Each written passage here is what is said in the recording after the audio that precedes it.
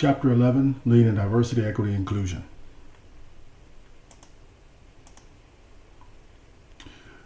Objectives.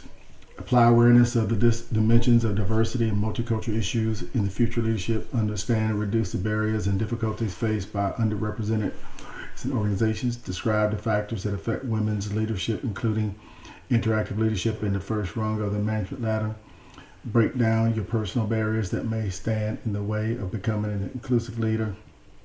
Use mechanisms such as sponsorship and employee resource groups to support the participation and advancement of underrepresented employees. The definition of diversity. Diversity, differences among people in terms of age, gender, race, and other dimensions. This is to include ethnicity, culture, age. We see age up there. All different types of things. A lot of times when you hear diversity, the first thing people think about is race. It is so much more than just that. A lot of times when people choose to concentrate on this as a political issue, that's the first thing they go through. And that's the thing they talk about the most. But I give you an example. One of the things, and see, this is diversity, but this is not even a race thing. What if you have a workforce that they're not bilingual, they only speak English, but you actually have customers that you have at least 2 to 3 different languages? You see, you're not diverse in your language. That's an issue. So when we talk about diversity, it is including all different types of things. It's not, normally you always hear this, race first and then gender. It includes a lot more than just that. Workforce diversity. Workforce made up of people with different human qualities and who belong to various cultural groups. And this is what I'm talking about. When you bring in folks from different cultural groups, some of the things that they can tell you and some of the things they do. And understand something. This right here, some people who view things as we should always do things in a traditional sense, they would actually view this as a weakness. What you don't understand is polar opposite. It actually makes you strong.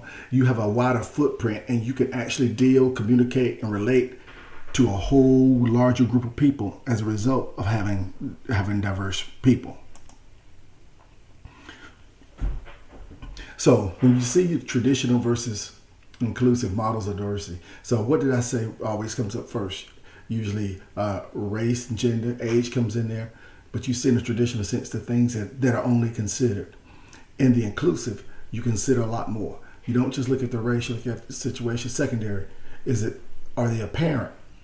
You don't just look at the gender. What is the language to speak? Social class, the work style, what type of work style you have. For instance, if you have a group that is full of type A personalities and they're very aggressive and they do something that's high profile, but you find somebody who has a work style that's very laid back, they're not aggressive, they're not a type A personality, and you put them in with that group.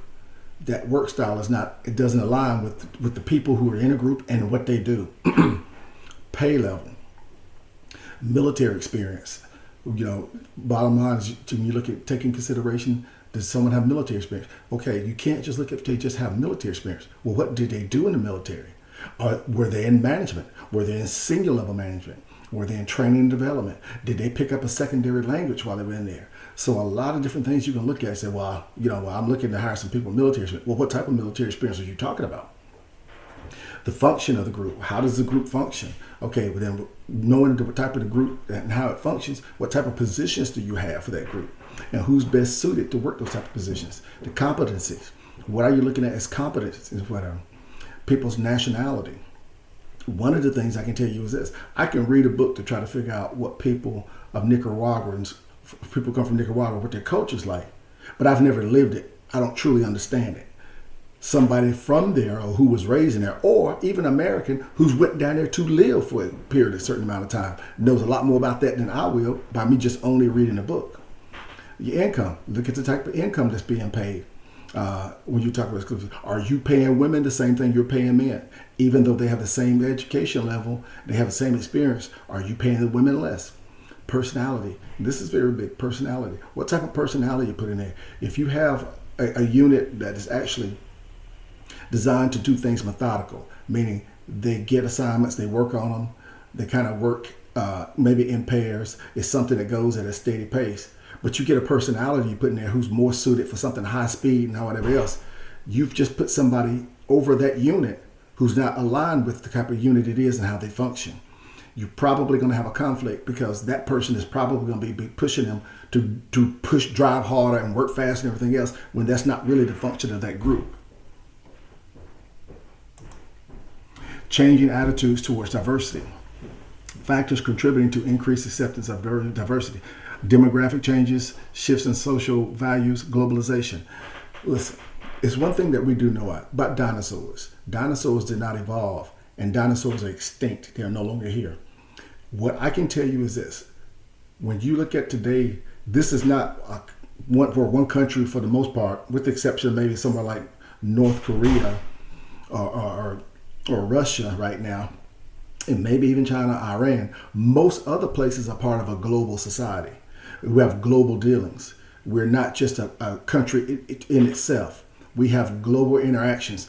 We have people, demographic changes. We have people who are going back and forth between countries. Shifts in social values. The social values of the day are not the social values of 30 years ago. So the way people thought about things then, they don't think about things now the same way.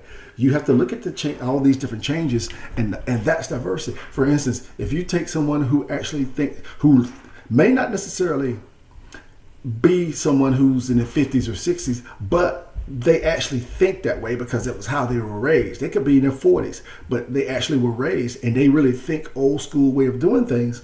Then you may have a problem with shifting social values because they may not share the values of most people in the country and in an age group.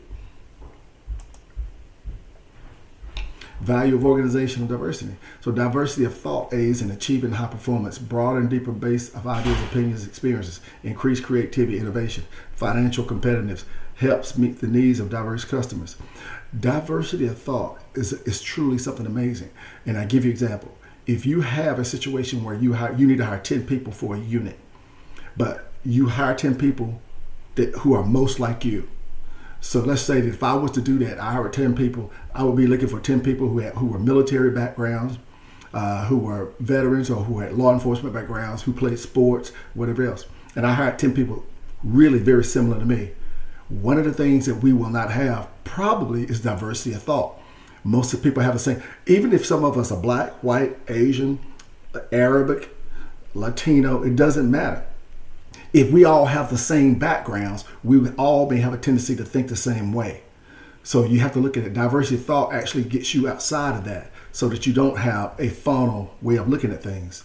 And it also stimulates creativity and innovation. For one thing is when somebody looks at something and they see, they tell you what they see. When you bring in another person who looks at the exact same thing, they may tell you they see something totally different because they have a different background, different training, different education, different culture. Or possibly different age group or different sex or different race, different ethnicity, but they may see things different. So by virtue of doing it, and most importantly, it helps meet the needs of diverse customers. The world is getting about, the global society is more diverse. In order to deal with diverse customers, you have to have people who can do that.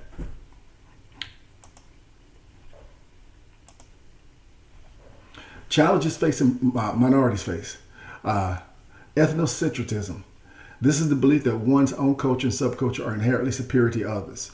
This is something that a lot of times it's not stated. It's actually observed. And how you observe it is how people treat others.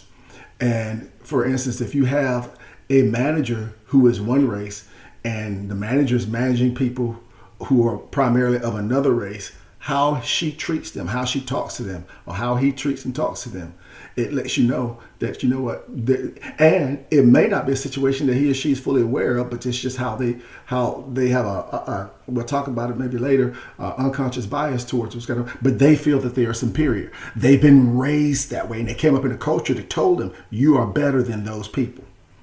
Prejudice, adverse feeling or opinion formed without regard for the facts. When you have prejudice, facts don't mean anything to you. If you tell me, well, I know these people are inferior to me, and I can show you scientific proof, data, and research that it's a lie, you still won't believe it. Because that's what you've been told, probably. Usually when I see those types of prejudice, that's what you've been told probably since you were a child. So that is now your reality, that these people are less than you because that's what you've always been told. you will view it that way. And it'll be very difficult to educate you and show you why that's not the case. Stereotype, rigid exaggeration, irrational and typical negative belief of an image associated with a particular group of people. Well, your stereotype is like, well, if you hire women, they're all going to be emotional. So I don't like emotional people, so I don't hire women. That's a stereotype. And stereotypes are usually always negative. Discrimination is treating people differently based upon prejudicial attitudes and stereotypes. So bottom line is discrimination is when you actually it's not their belief anymore, you actually see it in their actions. So if I had a discrimination against females, well, every time we have a promotion comes up, and let's just say that the group in my 10 people, 6 of them are females and 4 are guys. But every time a promotion comes up, only the guys get them. At some point, you got to look at that and say, how is this possible? The females outnumber the men in the group, but only men manage to get promoted. It's because I have a discrimination towards females. The glass ceiling. This is an invisible barrier that separates women and minorities from top leadership positions. So if you've never heard of the glass ceiling, it's a figure of speech, and it basically means that organizations will allow you to get to a certain point, advance your career, but you can never get there. For instance, you can make it to senior level management as a minority or female, but you'll never become an executive because all the executives are white males. So white females can't make it. Blacks, Hispanics, Asians, others, none of them can make it because they hit the glass ceiling. This is never in writing. This is always a practice. And a lot of times when you see it, it's visible when you look at it. And it's not just what you see that day. If you could look back over the history of that organization, and let's say over the last 5-10 years, and look at their executives, just look at the photos. And if you saw that, it's like, wow, of 10 years of looking at photos, there's been 2 people out of 10, this company has 10 executives. Out of 10 years, they've had 2 people to make it to executive that were not white males. You probably got a glass ceiling going on. Women as leaders. So one of the things when it comes to women as leaders, listen, let's just wonder, we say everybody's equal. We are equal as people, but we do have some differences as gender. And sometimes it works for us and sometimes it works against us. One of the things that you're seeing now when it comes to surveys and results and research, it appears that women as leaders are now they're moving up into society in this global economy. And it appears that they're being better at it for a couple of reasons we'll talk about. So idealized influence. Followers identify with and want to emulate the leader. The leader is trusted and respected, maintains high standards, and is considered to have power because of who they are rather than the position they hold. Whenever I see this is because folks respect the person. They respect her, women as leaders. So you find that there are women who are actually getting this because getting idealized influence. They have it because people are actually respecting them as a human being, not just their manager, not just their leader, but as a person. And there are plenty of leaders out there who are not basically civil or nice or respectable and decent to people. And what you find that women have a more tendency to be that way. Inspirational motivation. Leaders who appeal emotionally and symbolically to emotions to employees' desire to do a good job and to help achieve organizational goals. When you look at the traditional sense, one of the things that was taught was if you are a man, you're strong and you're tough, you don't show emotions, and you're stern. Well, that was never taught to females. And as a result, historically, so now that you see that, women don't have that issue of actually being that way. So what they do, a lot of times, they could be inspirational, motivational leaders because they can appeal to people's emotions and stuff and not feel bad about it. Versus guys like, well, if I do that, I'm weak, so I won't do it. They don't have that issue, that hang up. So they can do that and people recognize it and they see it and they appreciate it. Even the men that work for them appreciate it. Individual consideration. Each follower is treated as an individual, but they are all treated equitably. Individual needs are recognized and assignments are delegated to followers to provide learning opportunities. And this is something that It makes sense, but a lot of people don't do it. They have people, they're individuals, and they treat them differently. One of the things you find is you treat everybody as an individual, but you treat them fair and equitable, but you recognize they have different strengths and weaknesses, and you lead them accordingly. People understand that. They also understand when you're not being equitable. And I give you an example.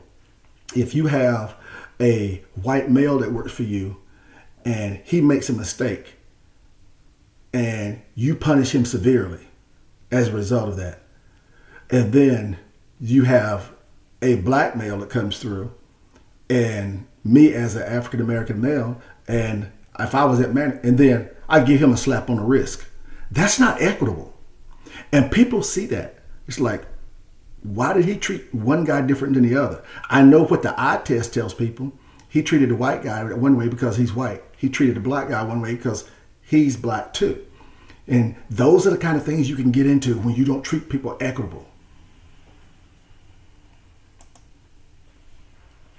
Comparison of female and male leaders by subordinates. So this is what subordinates said about their female leaders when they took this poll.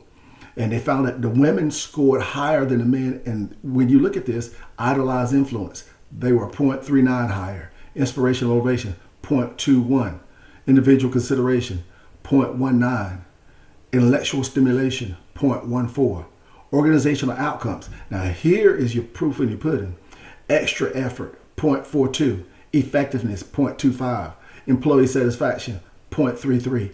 This is what employees said about their managers when they rated the females and the males. This is where females scored higher, women scored higher because of some of the gender differences, but also some of the hangups that we have in society, and what society primarily tells men how they should be. That is my personal hypothesis. Well, men should be tough and strong and not show weakness. But they don't tell women that, and subsequently, it doesn't get in the way of them doing their work. Becoming an inclusive leader. Leaders evolve through stages of personal diversity awareness. The ultimate goal of leaders is to build an organization as integrated communities in which all people feel encouraged, respected, and committed to common purposes and goals. So again, leaders evolve through stages of personal diversity awareness. So this means leaders grow. The good ones grow. They learn and they grow. And as they grow, they come to realize how to integrate their organizations and lead people, to encourage them and respect them and to get people working towards common goals. In order to do that, you need to be a leader who is a unifier, not a leader who is a divider. Stages of personal diversity awareness. So as one grows through their life experience, work experience, and education, these are some phases they'll go through. So first you look at defense, perceives threats against one's comfortable worldview. So basically, I've always been told that as a certain type of person, I've always been told I'm better than everybody else. Well, that's what I believe. I mean, that's my reality. Now, here's next, minimizing differences. Hides or trivializes cultural differences. Focus on similarities among all differences. So now, when you look at minimizing differences, hides or trivializes cultural differences. This is something that, when it comes to and focusing on similarity amongst all them, don't be concerned about people's differences. Focus on the similarity.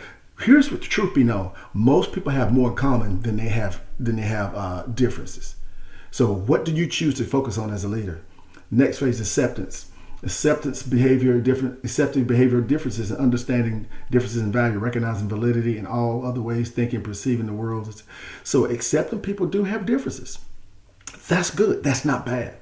Again, historically, if you ask folks what they wanted. Now, even they didn't tell you this, they would describe, I want everybody just alike. And if you really got into it, a lot of times what they were really saying is, I want everybody just alike who are just like me. Adaptation, ability to emphasize with those other cultures, ability to shift from one cultural perspective to another. So adaptability is when you can empathize with other cultures and other people. Sympathy is when you feel sorry for someone. Empathy is when you can share in their sorrow or their situation. And That's one of the things that's very comforting to individuals who work for a leader. To be comfort and have empathy, and they know it's in the military, in the army. We used to say there's a leader who would tell you to get into a foxhole, dig a foxhole to get in there and fight. There's another leader who would tell you, who, depending upon what the situation is, will get in the foxhole with you to help you dig it and fight. Integration, multicultural attitude enables one to integrate differences and adapt both cognitive and behaviorally, becomes an ally to underrepresented employees. So when you talk about integrating people into your unit, this means you're bringing people from all walks of life in based upon various skill sets, education, and needs of the position. And you're able to get it all to mesh and lead them as one team. And they feel that way as a team because you are the leader who makes it happen.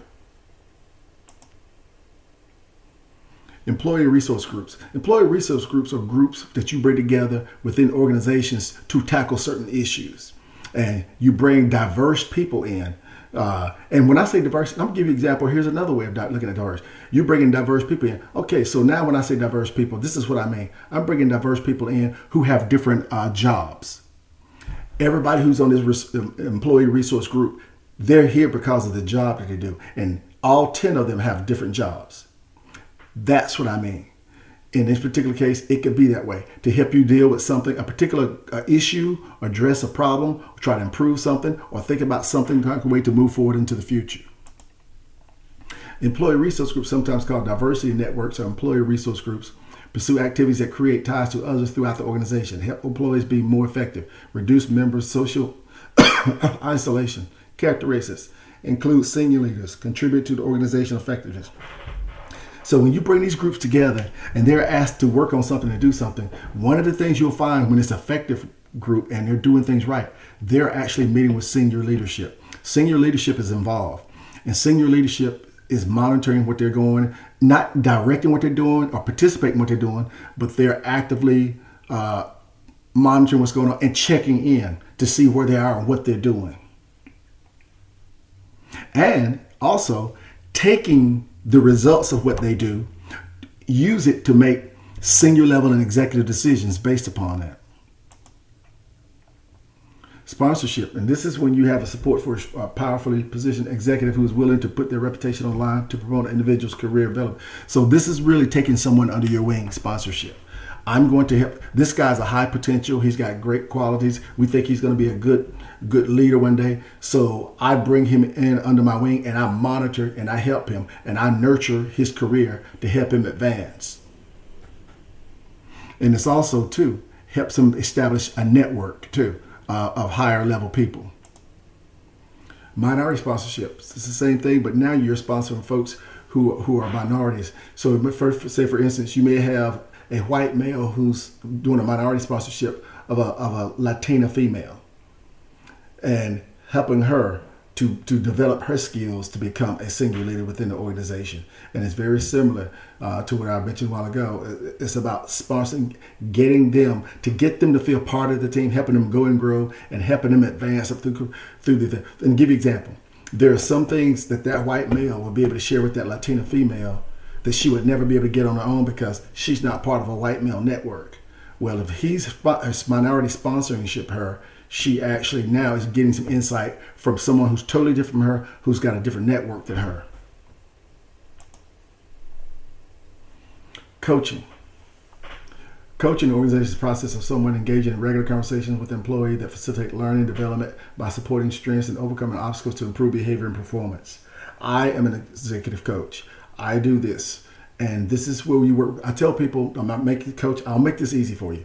If you think about a consultant, we've also heard the term for consulting. A consultant is someone you hire to come in to help fix or improve your business. Coaches, we come in and we help improve your people. And as I tell people sometimes, if I as a coach do a good enough job, then with this employee, you may not need a consultant. So It actually comes into play, and that's how you put that in perspective, what coaching does. And you have internal coaches that work for an organization, and you have external coaches that work outside of these organizations that they contract and hire to come in and work. And that's what I am as an external coach. That concludes this chapter.